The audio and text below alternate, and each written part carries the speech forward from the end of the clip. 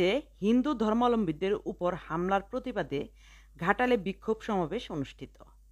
সারা দেশব্যাপী হিন্দু ধর্মাবলম্বীদের উপর সাম্প্রদায়িক সহিংসতা, হত্যা, নির্যাতন, মন্দির ভাঙচুর, অগ্নিসংযোগ, লুটপাট, চাঁদাবাজি বন্ধ, হামলাকারীদের গ্রেফতার ও বিচারের দাবিতে সমাবেশ ও বিক্ষোভ মিছিল অনুষ্ঠিত হয়েছে। রবিবার বিকেল 4টায় সার্বজনীন হরি মন্দির থেকে একটি মিছিল পৌর এলাকায় প্রধান প্রধান সড়ক প্রদক্ষিণ শেষে উপজেলা পরিষদের সামনে বিক্ষোভ করতে থাকে। ঘাটাল উপজেলা হিন্দু বৌদ্ধ খ্রিস্টান ঐক্য পরিষদ, বাংলাদেশ পূজা উদযাপন পরিষদ উপজেলা শাখা, ধর্মীয় জাতিগত সংখ্যালঘু ঐক্য মোর্চা আয়োজিত সমাবেশে বক্তব্য রাখেন বাংলাদেশ পূজা উদযাপন পরিষদ উপজেলা শাখার সভাপতি অধীর চন্দ্র সাহা, সাধারণ সম্পাদক অমূল্য চন্দ্র আর্য, হিন্দু বৌদ্ধ খ্রিস্টান ঐক্য পরিষদের উপজেলা শাখার সাধারণ সম্পাদক কার্তিক দত্ত, পৌর শাখার সাধারণ সম্পাদক জিতেন্দ্র আর্য প্রমুখ। আজকে যারা বেশ কিছুদিন যাবৎ যে গত জুলাই মাসের মাঝামাঝি থেকে দেশে যে বিশৃঙ্খলা শুরু হয়েছে, যে আন্দোলন শুরু হয়েছে, বিশেষ করে বৈষম্য বিরোধী ছাত্র সমাজ যে আন্দোলন শুরু করেছে, তার সঙ্গে আমরা একাত্মতা ঘোষণা করছি। আমরা যে উদ্দেশ্য নিয়ে বৈষম্য বিরোধী আন্দোলন শুরু হয়েছে, তাদের প্রতি যে নেতৃবৃন্দ এর নেতৃত্ব দিচ্ছেন তাদের প্রতি, এবং ইতিমধ্যেই বাংলাদেশ সরকারের একটি সরকার গঠিত হয়েছে, অন্তর্বর্তীকালীন সরকার গঠিত হয়েছে। সরকারে যারা আছেন তাদের প্রতি আমাদের অনুরোধ রইল, এই দেশ আমাদের সবার। এদেশে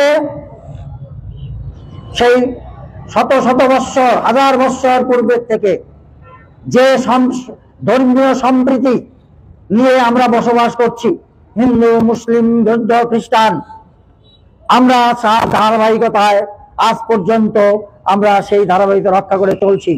এই সম্প্রীতি অটুট থাকুক, এটা আমাদের আশা, এটা আমাদের কামনা।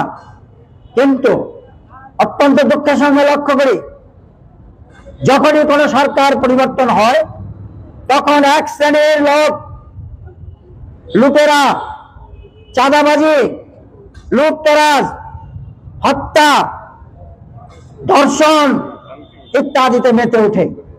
এরা কারা? এরা কারা? তাদের আমরা চিনি না, আমরা জানি না, আমাদেরই মধ্যেই তো তারা থাকেন। সুতরাং তাদের বিরুদ্ধেই আমাদের আক্রমণ।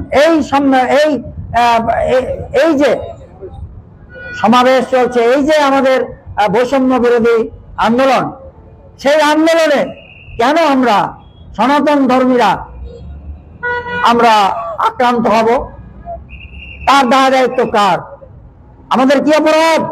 সনাতনীদের কি অপরাধ যে তাদের বাড়িঘর ভাঙতে হবে, তাদের মন্দিরে হামলা করতে হবে, তাদের ব্যবসা প্রতিষ্ঠানে হামলা করতে হবে, লুট করতে হবে, তাদের মেয়েদের ধর্ষণ করতে হবে?